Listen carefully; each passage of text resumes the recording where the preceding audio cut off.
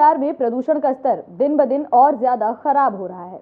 हालात इतने बुरे हो चुके हैं कि अब सरकार को ग्रैप 4 के तहत पाबंदियां लागू करनी पड़ रही हैं। इस दौरान स्कूलों से लेकर कंस्ट्रक्शन वर्क तक कई तरह की पाबंदियां लगाई गई हैं।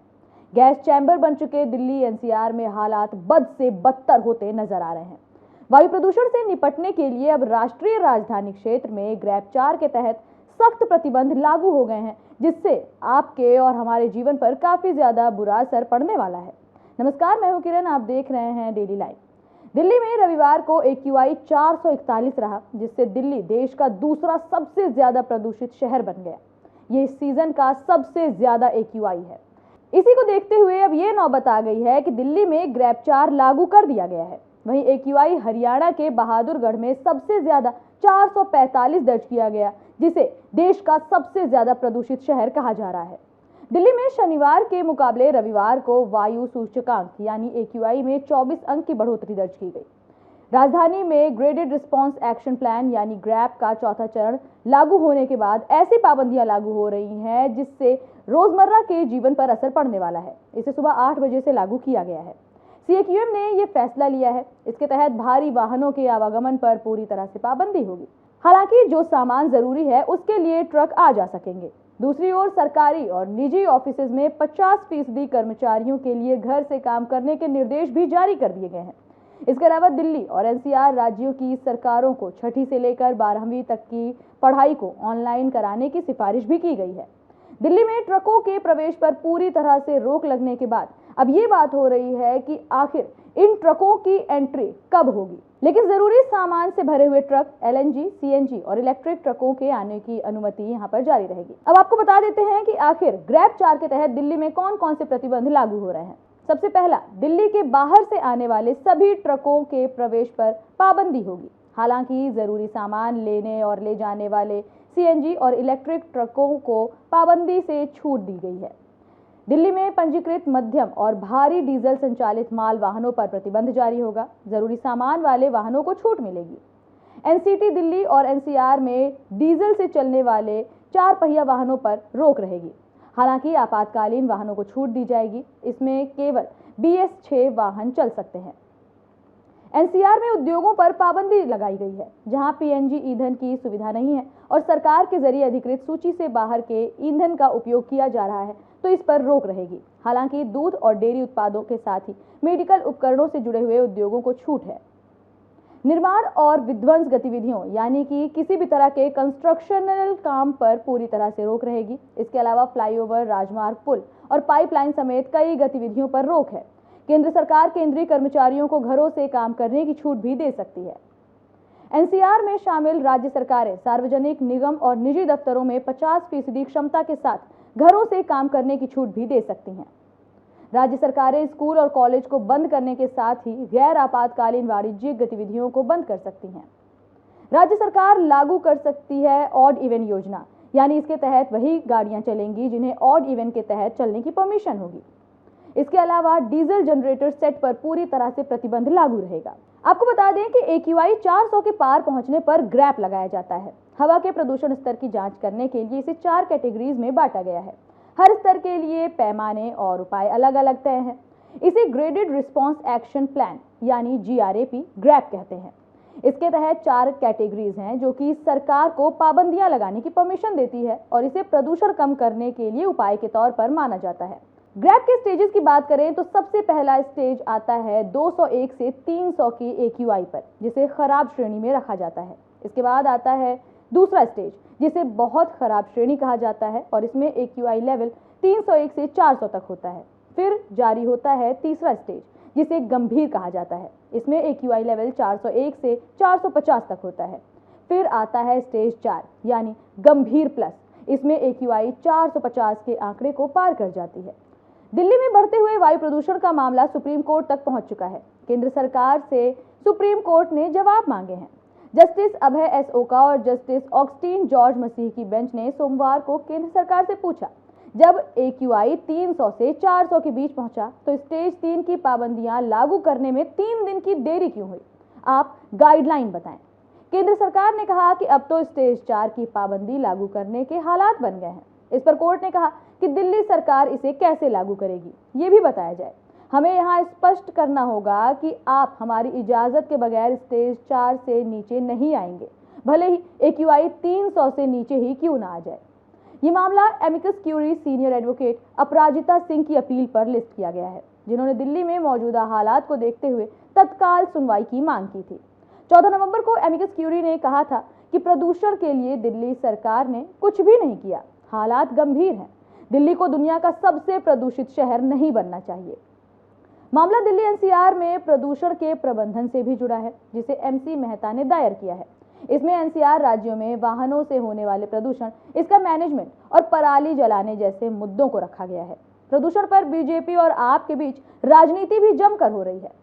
एक तरफ बीजेपी ने सोमवार को दिल्ली के मेट्रो स्टेशन पर फ्री मास्क बांटा। सीएम आतिशी ने पूछा कि क्या सिर्फ पंजाब में पराली जलाई जा रही है। इसके साथ ही उन्होंने कहा कि पंजाब, हरियाणा, उत्तर प्रदेश, राजस्थान में हर जगह पराली जल रही है। दिल्ली की मुख्यमंत्री आतिशी ने प्रेस कॉन्फ्रेंस में प्रदूषण को लेकर केंद्र सरकार पर हमला बोला। उन्होंने कहा, आज दिल्ली के लोग परेशान हैं, दिल्ली के लोग सांस नहीं ले पा रहे। मेरे पास फोन आते रहे, किसी को अपने बच्चे को हॉस्पिटल में भर्ती कराना था, बच्चे, बुजुर्ग, कोई भी सांस नहीं ले पा रहा है, इसलिए देश भर में पराली जल रही है। पंजाब, हरियाणा, उत्तर प्रदेश, राजस्थान में हर जगह पराली जलने के मामले सामने आ रहे हैं, लेकिन केंद्र सरकार हाथ पर हाथ रखकर बैठी हुई है। आतिशी ने आगे कहा कि देश भर के शहर में बेहद खराब श्रेणी में AQI देखने को मिल रहा है। देश भर के लोग सांस नहीं ले पा रहे हैं। सबसे ज्यादा परेशान तो राजस्थान, हरियाणा और उत्तर प्रदेश के लोग हैं। वहीं मध्य प्रदेश में भी हालात कुछ अच्छे नहीं हैं। केंद्र सरकार इस मामले पर क्या कर रही है? वहीं आतिशी ने यह भी कहा कि एक अकेला राज्य पंजाब है जहां पराली की जलने की घटना कम हुई है। भाजपा के आरोपों पर आतिशी ने कहा कि भाजपा की केंद्र सरकार में मौजूदगी है। अगर देश भर में पराली जल रही है तो उसका समाधान करना भी केंद्र सरकार की जिम्मेदारी है। काम करिए, राजनीति नहीं। इसके अलावा आतिशी ने क्या कुछ कहा, सुनिए इस वीडियो में। बुजुर्ग माता पिता को सांस लेने की दिक्कत की वजह से अस्पताल एडमिट करवाना था। किसी को अपने छोटे छोटे बच्चों को रात के बीच में स्टेरॉइड्स वाले इनहेलर दिलवाने के लिए 24 आवर केमिस्ट की लोकेशन चाहिए थी। बुजुर्ग सांस नहीं ले पा रहे हैं, हॉस्पिटल में एडमिट हो रहे हैं। बच्चे सांस नहीं ले पा रहे हैं। छोटे छोटे बच्चों को सांस लेने के लिए स्टेरॉइड्स की जरूरत पड़ रही है, इनहेलर की जरूरत पड़ रही है। क्यों? इसलिए क्योंकि देश भर में पराली जल रही है। एक एक राज्य में, पंजाब, हरियाणा, मध्य प्रदेश, उत्तर प्रदेश, राजस्थान, आज हर जगह पराली जलाई जा रही है और केंद्र सरकार हाथ पे हाथ धरे बैठी हुई है। आज पूरे नॉर्थ इंडिया को एक मेडिकल इमरजेंसी में धकेल दिया गया है। चाहे दिल्ली हो, चाहे चंडीगढ़ हो, चाहे राजस्थान में जयपुर हो, बीकानेर हो, भोपाल हो, पटना हो, लखनऊ हो, आज देश भर में AQI very poor, poor, severe, severe plus, आप स्टबल बर्निंग का, फार्म फायर का डेटा देखने जाइए तो यह दिखता है कि चाहे राजस्थान हो, वहां पे स्टबल बर्निंग हो रही है, चाहे हरियाणा हो, चाहे उत्तर प्रदेश हो, चाहे मध्य प्रदेश हो। और केंद्र सरकार क्या कर रही है? अगर इस पूरे देश में एक राज्य है जिसने स्टबल बर्निंग की, पराली जलाने की घटनाओं को कम किया है, वो पंजाब है। अगर आप डेटा देखने जाइए तो दिखेगा कि पंजाब में जहां 2021 में 71,300 फायर्स हुई थी, वो घट के पिछले साल तक 36,650 हो गया। और इस साल जब तकरीबन आज की तारीख पे 90% पराली की घटनाएं हो चुकी हैं, मात्र 8,404 घटनाएं पंजाब में हुई हैं। लेकिन आप बाकी राज्यों के आंकड़े देखिए। उत्तर प्रदेश में पिछले साल के कंपैरिजन में 60% पराली जलाने की घटनाएं बढ़ गई हैं। जहां पिछले साल 1533 फार्म फायर्स हुई, वो इस साल बढ़ के 1926 पहुंच गया।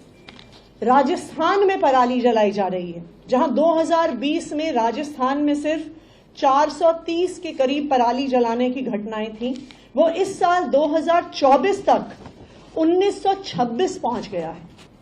और अगर आज देश भर में कहीं सबसे ज्यादा पराली जलाई जा रही है, वो मध्य प्रदेश में जलाई जा रही है। केंद्र सरकार के खुद के आंकड़े बता रहे हैं कि 15 सितंबर से 17 नवंबर तक 9,600 पराली जलाने की घटनाएं मध्य प्रदेश में हुई हैं। यानी रोज 700 से ज्यादा पराली जलाने की घटनाएं मध्य प्रदेश में हो रही हैं। और यही कारण है कि अगर आप मध्य प्रदेश के शहरों के भी आंकड़े देखने जाइए तो वो भी वेरी पुअर और सिवियर एयर क्वालिटी में पहुंच गए हैं। आज मैं केंद्र सरकार से जानना चाहती हूं कि पराली जलाना पिछले 6-7 साल से देश भर में बढ़ता जा रहा है। चाहे हरियाणा हो वहां बढ़ रहा है, उत्तर प्रदेश हो वहां बढ़ रहा है, राजस्थान हो वहां बढ़ रहा है, मध्य प्रदेश हो वहां बढ़ रहा है। पिछले 6 साल में, पिछले 7 साल में केंद्र सरकार एक कदम बताए जो उन्होंने ये घटनाएं रोकने के लिए लिया है। अगर पंजाब की सरकार पराली जलाने को कम कर सकती है, 80% कम कर सकती है, तो बाकी राज्यों में ये घटनाएं क्यों बढ़ रही हैं? दिल्ली की सीएम आतिशी ने प्रेस कॉन्फ्रेंस में कहा कि आज मैं केंद्र सरकार से पूछना चाहती हूं कि पिछले 6-7 सालों में पराली जलाने की घटनाएं क्यों बढ़ रही हैं। क्या केंद्र सरकार ऐसा कोई भी कदम बता सकती है जिससे ऐसा होने से रोका जा सके? अगर पंजाब सरकार पराली जलाने की घटनाओं में 80% की कमी ला सकती है तो दूसरे राज्यों में मामले क्यों बढ़ रहे हैं? पूरे उत्तर भारत को मेडिकल इमरजेंसी के हालात में क्यों धकेल दिया गया है? प्रदूषण के मामले पर सुप्रीम कोर्ट की सुनवाई पर आतिशी ने जवाब दिया। उन्होंने कहा कि ग्रैप के नियम CAQM तय करती है, इसमें सरकार किसी भी तरह से दखल नहीं देती। CAQM जो भी नियम तय करेगा हम उसका पालन करेंगे।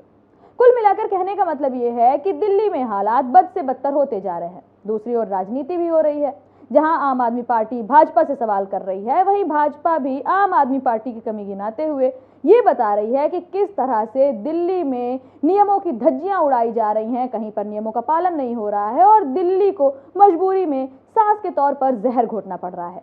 फिलहाल इस रिपोर्ट में इतना ही। कैसी लगी हमारी जानकारी हमें कमेंट सेक्शन में जरूर बताएं। साथ ही वीडियो को लाइक करें, शेयर करें और चैनल को सब्सक्राइब करना बिल्कुल ना भूलें।